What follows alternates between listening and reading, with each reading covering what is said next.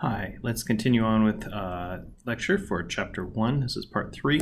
I'm going to try and get this done in a fast manner and hopefully keep the file size small so I can upload it to y'all. All right, so we're going to talk a little bit about the history of the internet, but really I'm not going to spend too much time on that because we just don't need to. The internet came from various government and university and even private development. I'm going to leave this for a later topic. We'll kind of come back at this here and there, but basically ARPANET helped develop it. Also, I think that's something that's very underestimated is the impact of bulletin board systems in the late 80s and early 90s. Stuff what I used when I was growing up. Those kind of developed into what we consider the World Wide Web because these bulletin board systems were all connected to each other and everything like that. But regardless, not going to spend terribly much time on it. I want to more talk about what currently is there. There are some specific standards for the internet that we need to just be aware of. And the Internet Society is kind of a overwhelming or overall group. There's a lot of different organizations that help maintain, standardize, and make the internet basically do what it does. The IAB, the various groups, and I'll talk more about this as we go here. Obviously, the internet is here to stay. It's grown and growing and growing and growing. It's coming into even third world or other countries that are less developed, and I mean it's prominent and we use it every day. Obviously, you're using it right now. The one thing that controls, one of the entities that controls the internet pretty aggressively is ICANN. And this is, I do believe it's a nonprofit international organization that is used to basically keep track of the IP numbers and the domain names and how those correlate to each other, and to some extent, to a lesser extent, the different ports and protocols that are available. But the most important, most prominent thing that they do is maintain domain names. Now, you don't usually buy a domain name directly through ICANN. You usually use a third-party company like GoDaddy. There's a zillion of them out there, but GoDaddy is definitely the most popular by all means. So we'll talk about domain names here in a sec. We should take a few moments to note the difference between an intranet and extranet, and don't get the current term intranet confused with internet. The internet, we're all familiar with that. Intranet is basically a little private network within a company or an organization that is just used to be within that organization, a group of computers and some sort of file server or web server or any number of ways of using it, but it's internal to that company. Extranet is the outside of that company. Okay, so we're all more or less familiar with an extranet. To be perfectly honest, internet is a form of an extranet in a sense. World Wide Web Consortium, so we definitely need to talk about them. They have developed the standards for HTML, and that's kind of important. They have a website that has a lot of information on it, but frankly, usually they're not your primary resource for looking up how to do HTML. There's a few other really good sources we'll talk about. But yeah, they develop the standards for HTML. They move things along. They brought it to us HTML5, which is great. Oops, battery's going low. Let me plug in. Cord here. Okay. Sorry, give me 10 seconds here. I hate wasting time. Yeah, so they develop HTML5. They also develop accessibility, which is very important. We'll talk about that as we go. We'll definitely come back and forth to that. And we'll talk more and more about the W3C or World Wide Web Consortium.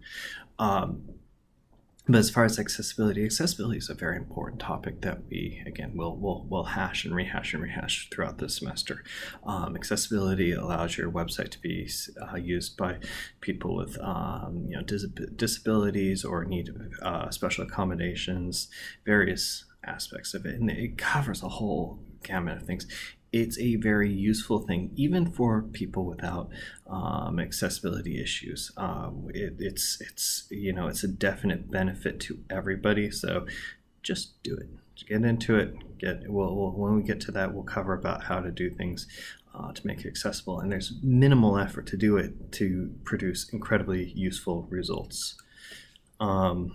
So when we do talk about accessibility, we have to talk about the ADA and Section 508 and all that good stuff. But for all intent purposes, we'll talk about those kind of in context of just placing, making your sites accessible and compatible with ADA compliance. When you're searching the web, and this kind of should go without saying, make sure that you're considering the reliability of your source. Now, you may be doing a few papers through this semester, or at least short topics, and don't use Wikipedia. Okay, please, it's not a good source. Wikipedia is a user-contributed source. If enough people get on there and change some information, the facts can be changing, or as they say, alternative facts. We don't want to use Wikipedia. It's a very terrible primary source. I never want to see that as a primary source. Make sure you're using things like direct from the horse's mouth sites, not something that's a blog that's talking about concepts. I mean, you can kind of refer to those things, but keep in mind they are blogs and people's opinions. You want company directed websites for direct information, if at all possible, or educational papers, or that have been peer reviewed. Just be careful about making sure it's credible and recent. Okay. So we're talking about networking a little bit.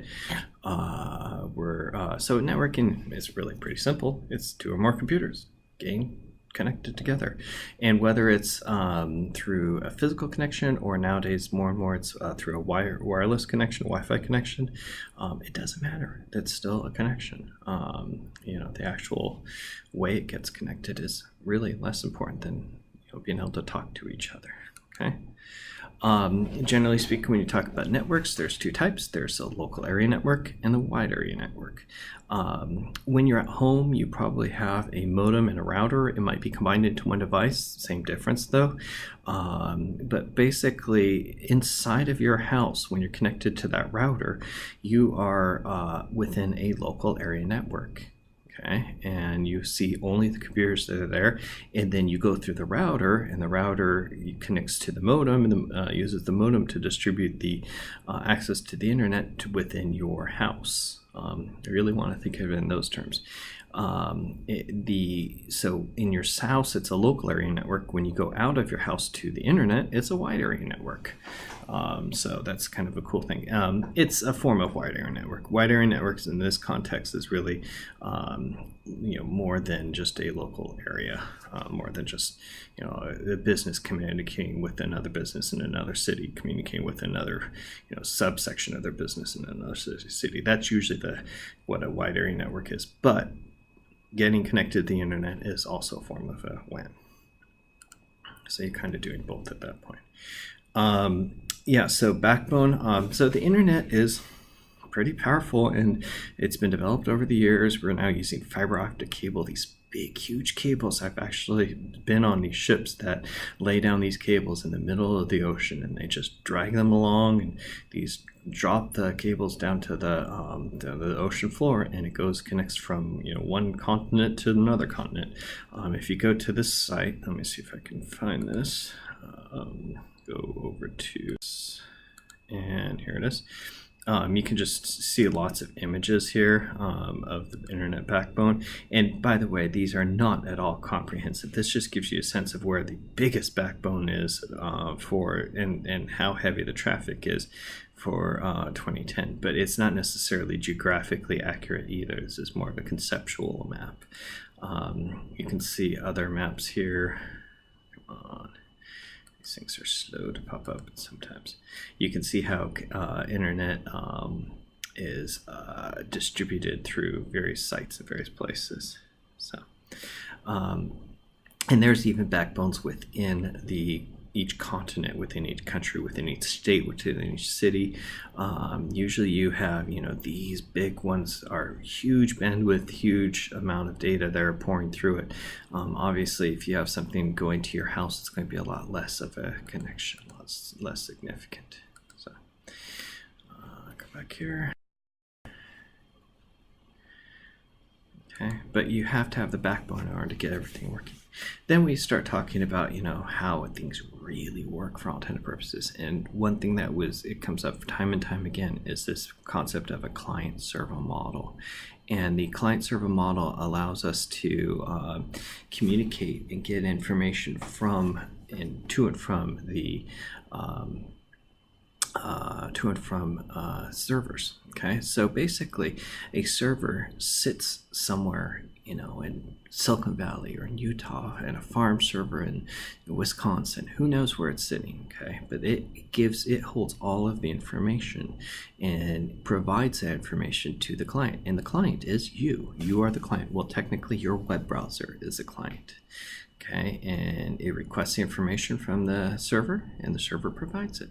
Sometimes you give information to the server, but primarily the server is handling the information, managing it, storing it, retrieving it, sending it, whatever it needs to do. The client basically is absorbing and not doing so much of a production aspect of it, but a consumption aspect of it. A web server can look simply something like this, but usually they're larger and big racks of a whole bunch of computers in a nice cooled room. They're pretty fancy. The client is just your computer, your phone, your streaming device on your TV. Those are all clients that are getting information from large-scale servers. And the more demand on the server, the more powerful and complex it has to be. A web client, so typically speaking, your computer can act as a client for many different ways. The web is one way of doing it. So we usually have a web browser, such as Internet Explorer, Firefox, Chrome, Safari. I can't remember what Amazon's one is. There's a zillion different web browsers out there, and even different flavors of some of each of them, because Chrome on a PC is different than Chrome on an iPhone, which is different than Chrome on a Google Android device. So these are slightly different variations even on the same thing. So there are quite a few different client browser softwares out there. So we use a client, we'll use the hypertext transfer protocol, and we'll talk about that in a sec. And it basically is getting web pages from server, and the server sends them, they request them, the server receives the information and sends it to the client. The web server is just that. It's the other side of the equation. It's typically, it's always on. Your web client doesn't necessarily need to be always on, but the web server has to be always on, so it can provide information at any time from any place. Usually it's running some sort of software. Apache or Internet Information Server are the two by far the most popular web servers out there. Without question, Apache is the most popular of the two. Apache accounts for something to the effect of 80 to 85% of all web servers out there.